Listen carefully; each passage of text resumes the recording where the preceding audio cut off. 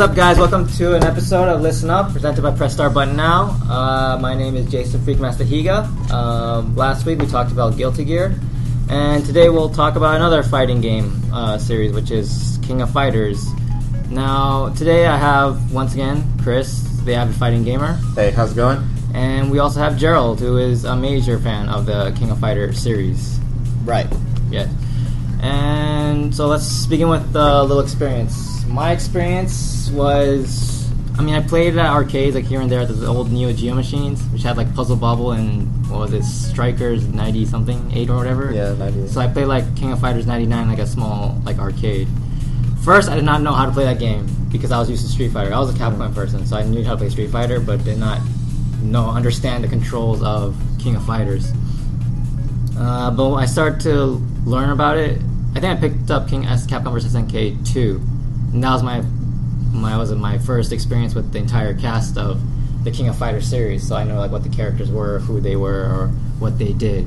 So technically my first SNK King of Fighters game would be King of Fighters 2002, because everybody said 98 or 2002 are the most balanced ones, or the most the balanced ones that anybody can play. Yeah. So I picked that up.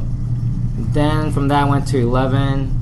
I did buy 12, unfortunately, and I did buy 13. But 13, King of Fighters is not my type of game. I can't keep up with it, but that's just me. Everybody has their own games that they can't keep up with. So, but Chris, what was your first experience with King of Fighters? Similar to yours. Like my first experience with the full cast was the CVS series, but then I moved on. 1 or 2?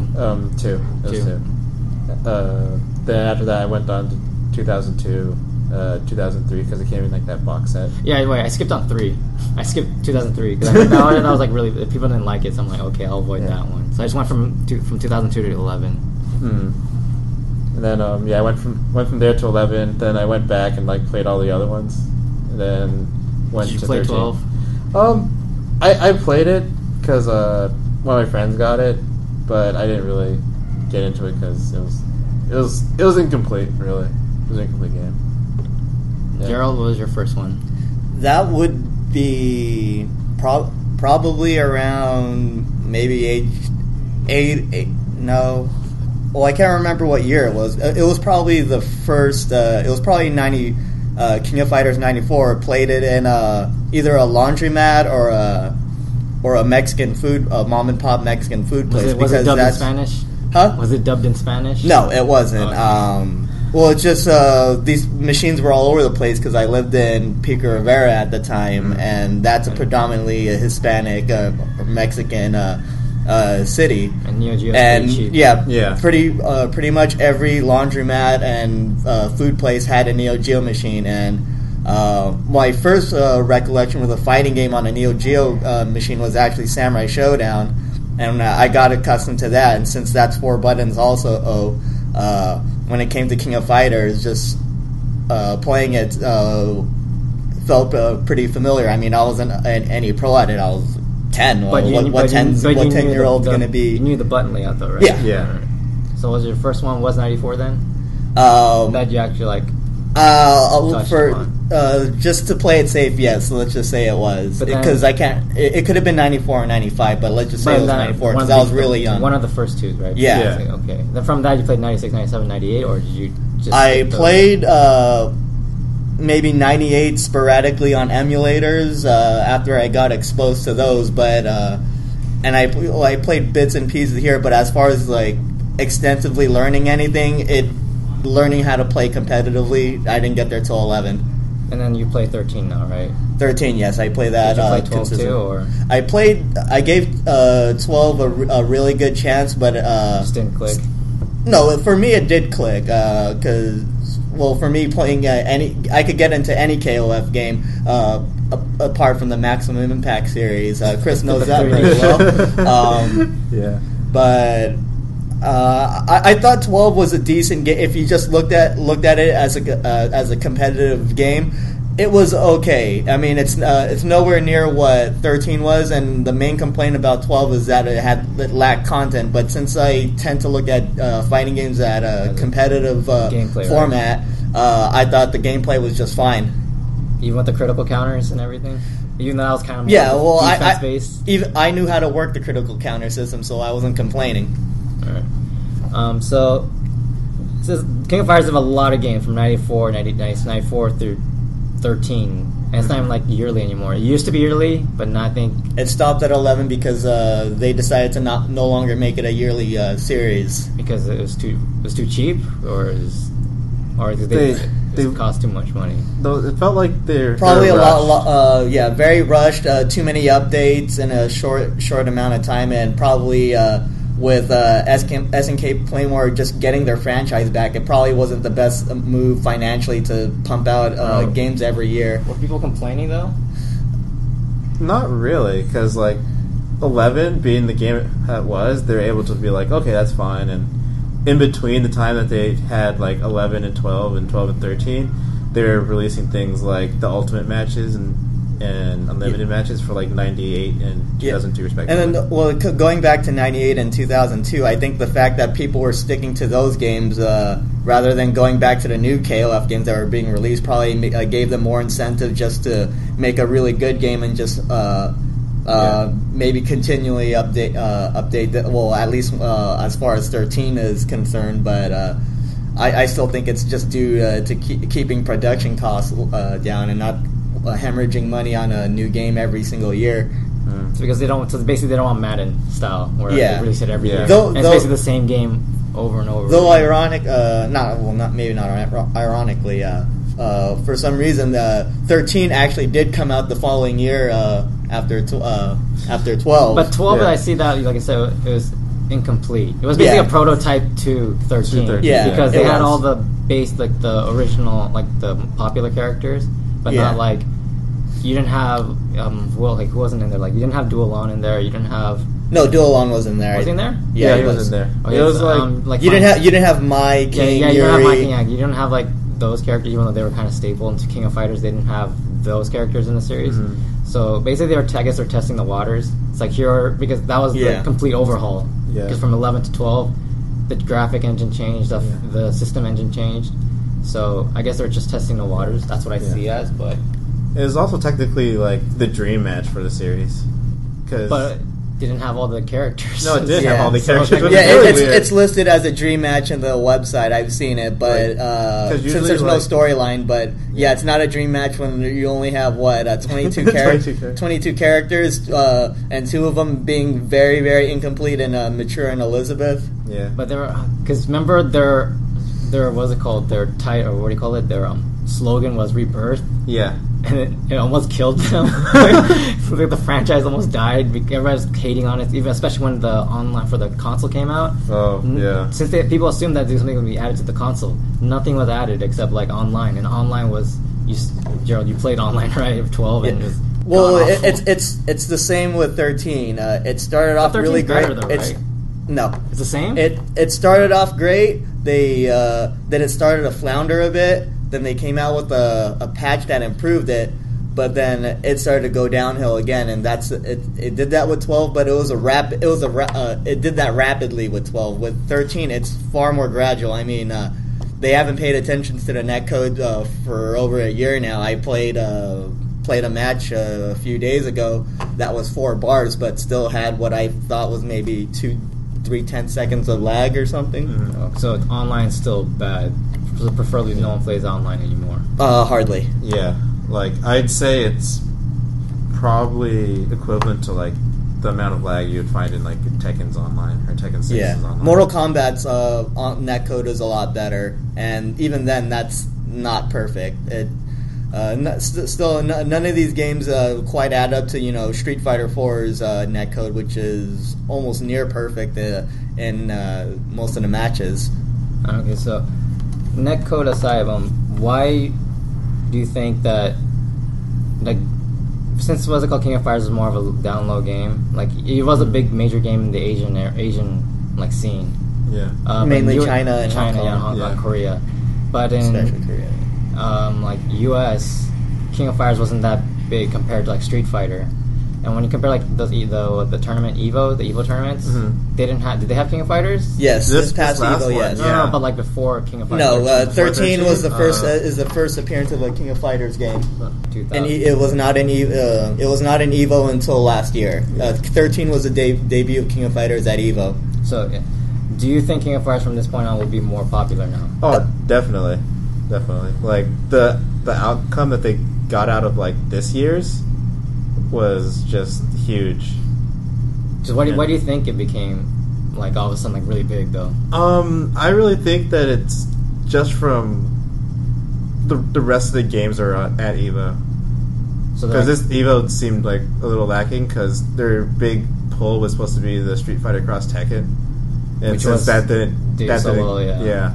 it was okay. Here's Street Fighter, normal Street Fighter, but that we've been seeing that for a while, and Ultimate Marvel, which was around there already, so that was the new game. But a lot of people still tune in just to see Marvel. Yeah. not Which even- was Because it's still entertaining to watch. Yeah, it's but King of Fighters, like it was all like people weren't familiar with it too, so maybe It that was was refreshing. Yeah, because it was more. It was refreshing, yeah. Well, why couldn't they have Blaze Blue again or another like Guilty Gear 2, or was that too old? For Blaze Blue, I would say just the amount of versions that were spat out in such a short time. Probably people couldn't dedicate enough time to, maybe get good at it or something. I know.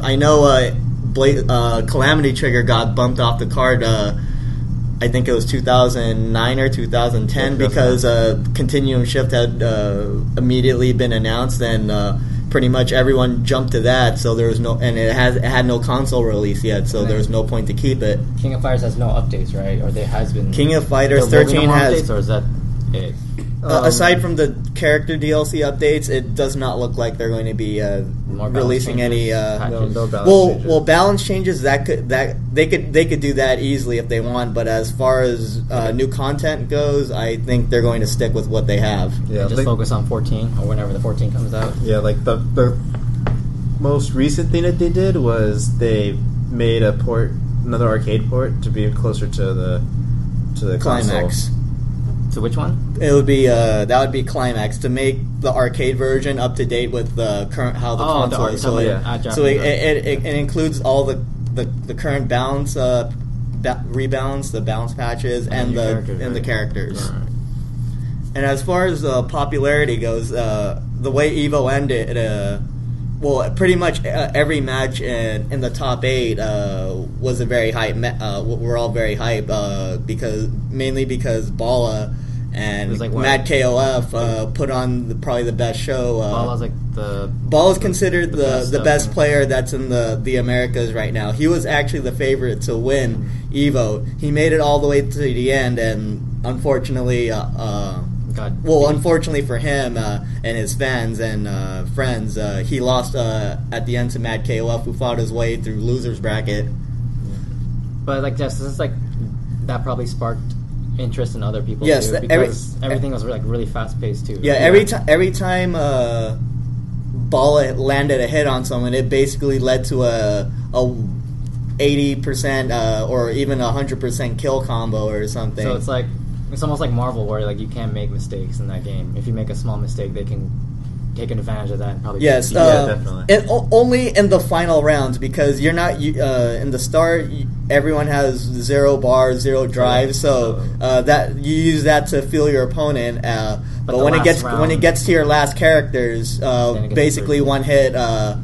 Whoever gets the first hit or a good hit confirm in will eat an HD combo. King of Fighters probably will become more popular, but let's talk about the controls or like more how the game plays. Like I said, the game is more aggressive. You say, right? Yes. It's not like Street Fighter where it's like kind of like you read each other out. I mean, you still read each other out in King of Fighters, but this one is you pressure your opponent to the point where they can start breaking. It's because in that game you said you have short hopping or short jumps. Yeah, there's like about 3 or 4 different kinds of jumping. Yeah, which is like, those jumps are like staple to the competitive play, right? So so you can get on to your opponent without the risks, like in Street Fighter, we have to do a full jump, not short. Yeah. So, But also the controls. Controls are really strict, you'd say, right? Compared to like the Street Fighter and like Blaze Blue, even on Guilty Gear.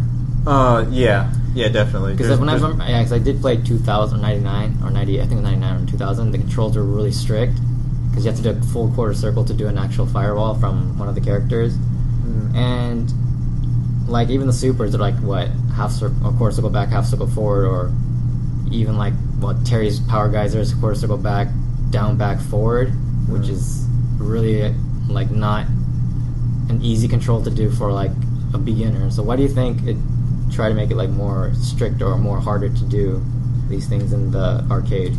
I think part of it's just because they're trying to differentiate themselves from like the other fighting games at the time. Yeah. Because it was very easily like most games seem to be like Street Fighter clones just because their motions just were like, oh, okay, quarter circle forward, double quarter circle forward, Dragon Punch, just 360, 720.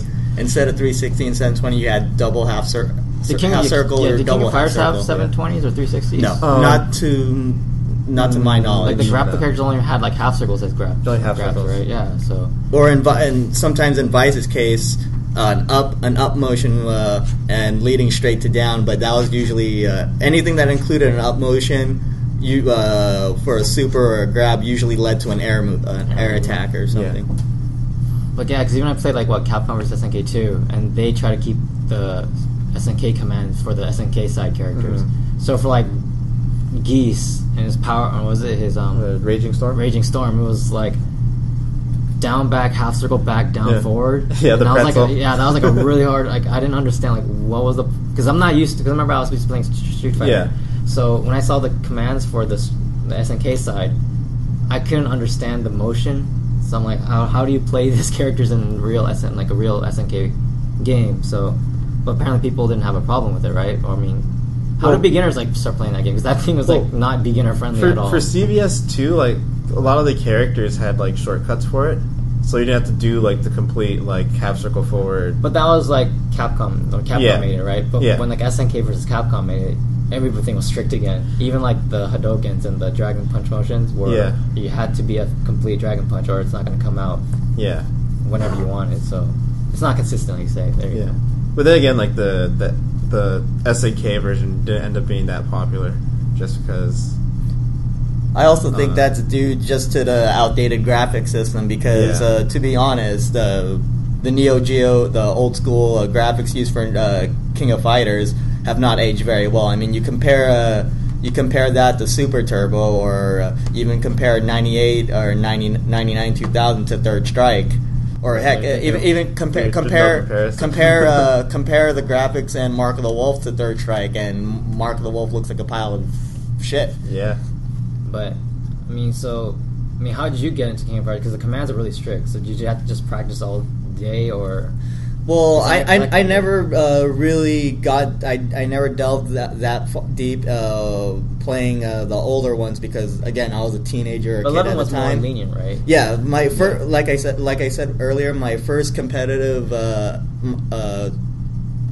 adventure into King of Fighters was with 11, and 11's execution was far more simple. The control layout was even altered to cater to.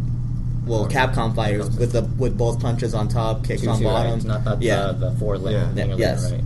Also, what made that more practical is because instead of the CD knockdown, it was made into a fifth button, the E button, which was left on the top. So that just made the layout far more simple. I think that one's because what was it? SNK. Remember they changed. It was Neo Geo, but then they lost Neo Geo, so they basically became SNK Playmore. So they don't want to stick with that 4 thing anymore because they're like, oh, we're no longer Neo Geo, so we just have a brand new like 2-2, which is this is our standard for all fighting games. Yeah, that's definitely true because a lot of their other fighting games, like Samurai Showdown included, going back to that they didn't go 2-2. They included a fifth button because I think most of the Thomas Wave games did include a fifth button. I remember with Samurai Showdown 6, you had your 3 attack buttons, your kick, then you had the E button, which was a special button, which was linked to whatever spirit mode you change.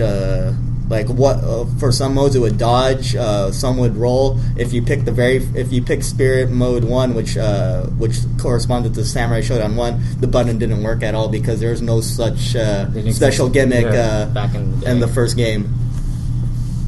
So control wise, I mean, there's also, like I said, the controls are trying, I guess you say, to differentiate from Capcom, because the Capcom had the more basic, simple ones, while like we'll be more to the hardcore crowd, or we'll have a more strict command. So you have to practice our games to get better. But they also started to include other Capcom elements such as super canceling. I don't know how far back it goes. I think at least maybe at least from like 2002. Yeah, I would say at least 2002. But in King of Fighters 11, canceling from a special to a super move didn't. It was done exactly how you do in Third Strike.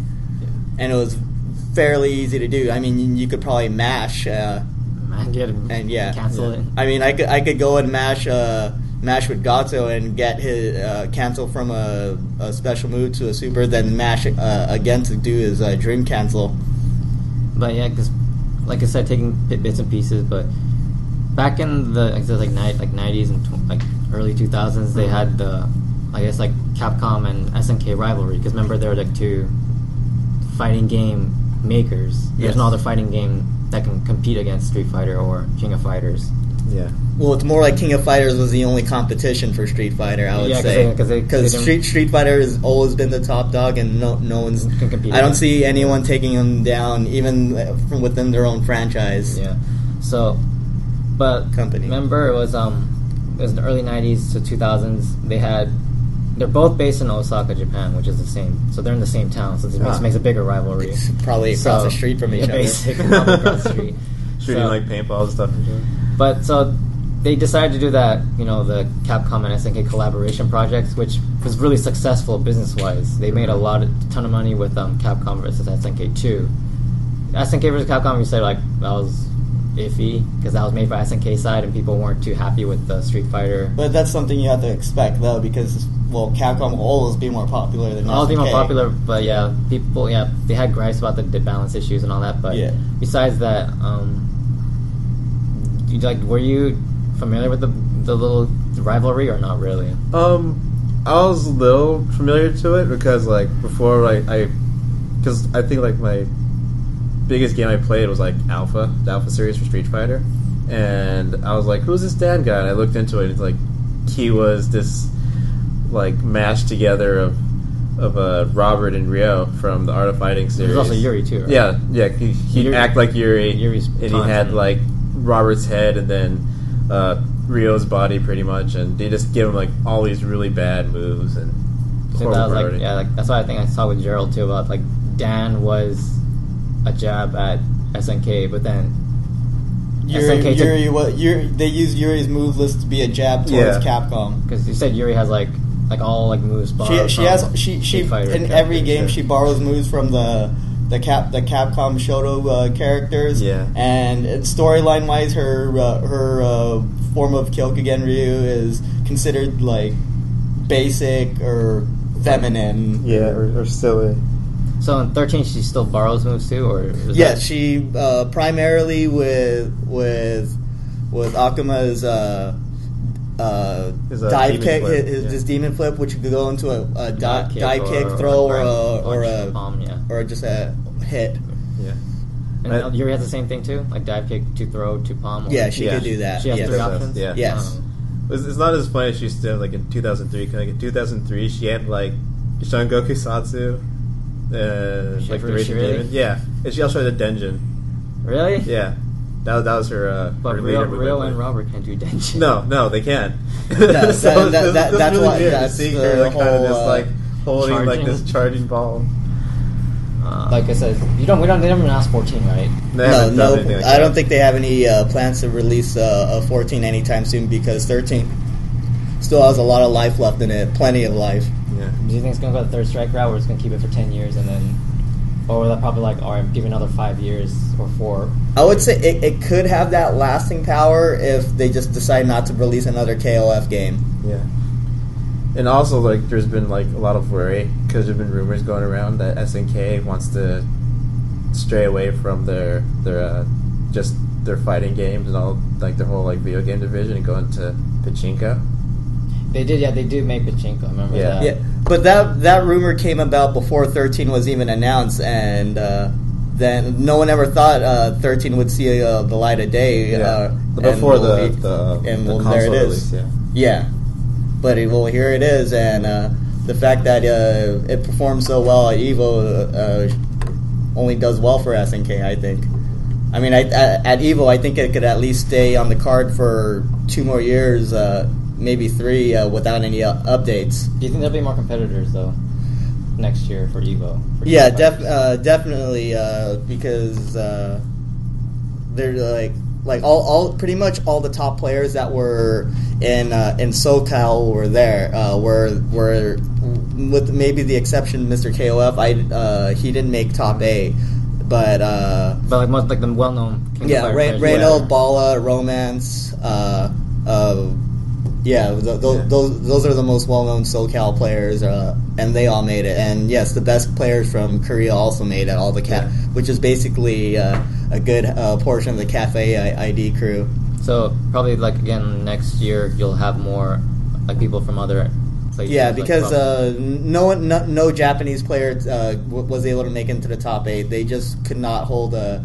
They're all really good. Mago, Tokido, they're all very good, but they just were just outmatched by either the Mexican or the Korean players. Because that's what they played mostly, right? Yes, because Mago, like Tokido, they play almost every. Yeah, they're pretty open. They play a lot of stuff, but it still seems like their main focus is Capcom game. Specifically Street Fighter, because none of them could hold a candle to any of the players. I was gonna say to the American Marvel vs. Capcom 3 players. None of them, I don't think any of them could even hold a candle to Justin Wong.